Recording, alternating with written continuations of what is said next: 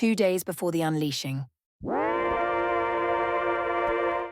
The clock on the microwave blinked 10:03 p.m. in harsh fluorescent green.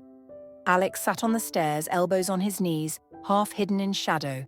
He'd been heading up to his room when the front door slammed open, shaking the frame and signaling his father's arrival.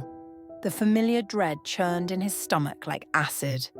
Everyone knows about fight or flight, but no one ever talks about freeze. Alex learned very quickly it was safer to be still on nights like tonight. "Late again," his mum said quietly from the kitchen, her voice barely louder than the hiss of the flash kitchen spray she was using on the bench. There was a tremor in her words, as if each one could shatter if spoken too loudly. She didn't ask where he'd been. She never did anymore. "Maybe I wouldn't be late if I didn't have to come back to your shit cooking." His dad's voice was a slurred growl, heavy with whiskey and something darker.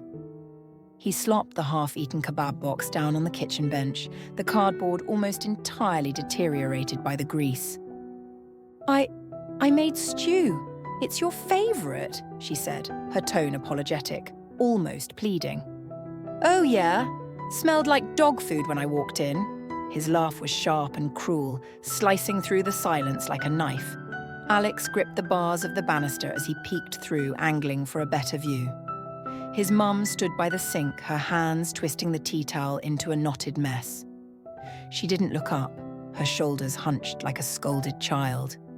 Alex could see how much it hurt her, the way her lips pressed together to stop her from quivering. It was his favorite, he thought. He wanted to tell her so, at that moment. He wanted to tell her how much he appreciated her, how much he cared, anything to make her feel just an ounce better. For something with only 5 ingredients, it still took hours to make.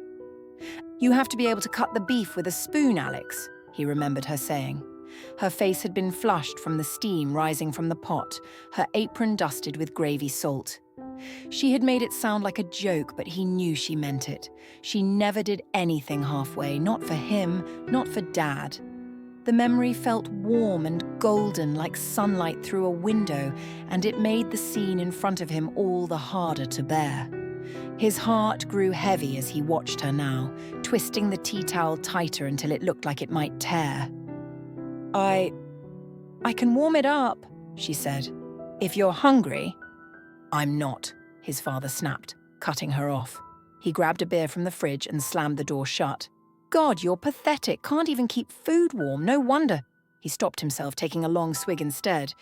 With an almost imperceptible sigh, she turned back to the counter, wiping repeatedly at an invisible stain, defeated. As his dad lounged on the couch in the next room, beer in hand, oblivious to the hurt he'd just caused. Alex's chest tightened.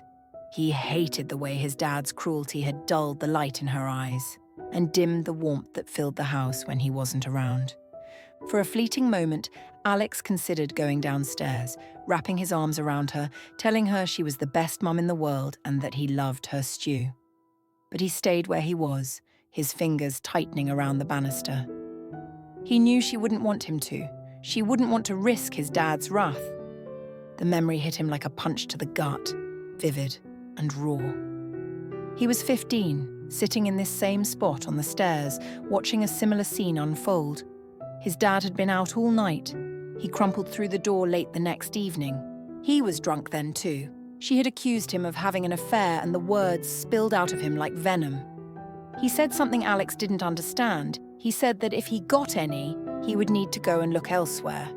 His mum had been braver back then, and she'd snapped back, and that's when it happened. The slap was loud, echoing through the house. His mum crumpled to the floor, clutching her cheek. Before Alex could process it, his dad unbuckled his belt, the metal clinking ominously.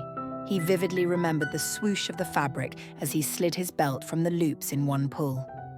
Stepping toward her, looming, his dad's other hand fumbled at his waistband. She started crying, a soft, broken sound that made Alex's blood run cold. From the stairs, Alex strained to see what was happening, leaning forward slightly. His foot pressed against the creaky step. Crack. His dad froze, turning slightly, but it wasn't him his gaze found. His mum looked up instead. Their eyes met, hers wide and glassy with tears. She didn't say a word, but the message in them was clear. "It's okay, son. Walk away." But Alex couldn't walk away. He couldn't. His body moved before his brain caught up, carrying him down the stairs. "Dad!" he shouted, his voice cracking as he tried to make it sound deeper, stronger. His dad turned, his belt swinging loose at his side.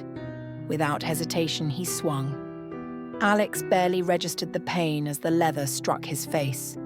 The next hit was with his fist. Something crunched.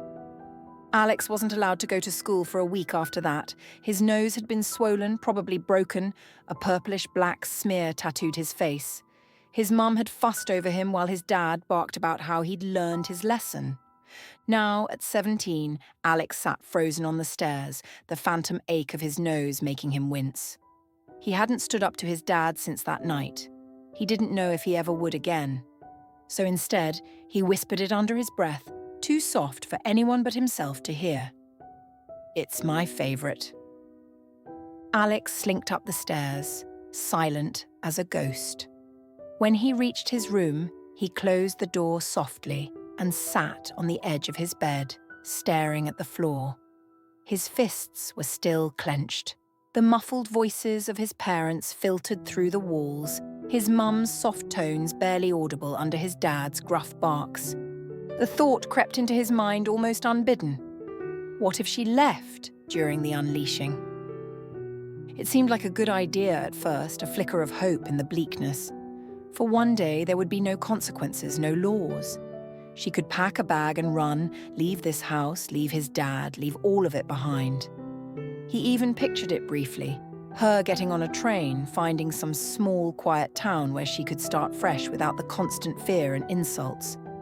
A little cottage with flowers and a straw roof. She could be free. Happy. She wouldn't last a week without him, though. The thought settled into his mind with grim certainty, and he felt a pang of guilt for even entertaining the idea. She needed someone to take care of her, to guide her. That's what men were for, after all. That's what his dad always said. And sure, his dad wasn't perfect, far from it. He drank too much, he said things that hurt, but he kept a roof over their heads and food on the table. That had to count for something, didn't it? Without him, Alex's mum would be lost. He would be lost. Alex clenched his fists, his stomach churning. He hated that he felt this way, hated that he couldn't fully shake the voice in his head, telling him that this was just the way things were. Women needed men. It wasn't a question. It was a fact. He'd grown up hearing it, seeing it, living it. Still, a small part of him rebelled against the thought. She's not happy here, she's scared. Isn't that worse? But he pushed it aside quickly, burying it deep. His dad was harsh, sure, but he was also strong, and that strength was what kept them all afloat. Alex leaned back on the bed, staring at the ceiling as the muffled argument downstairs faded into silence. His heart ached for his mum, but he told himself that this life was better than no life at all. She didn't know anything else. As far as he was aware, she had never had a job. What would she even do without his dad? It was a question he couldn't answer, and that scared him most of all. Eventually, Alex turned on his side, pulling his heavy fortnight duvet over himself. The house felt colder than usual, the quiet pressing against his ears like a heavy pressure. He closed his eyes, but the guilt and confusion lingered, swirling in his mind like a storm he couldn't escape.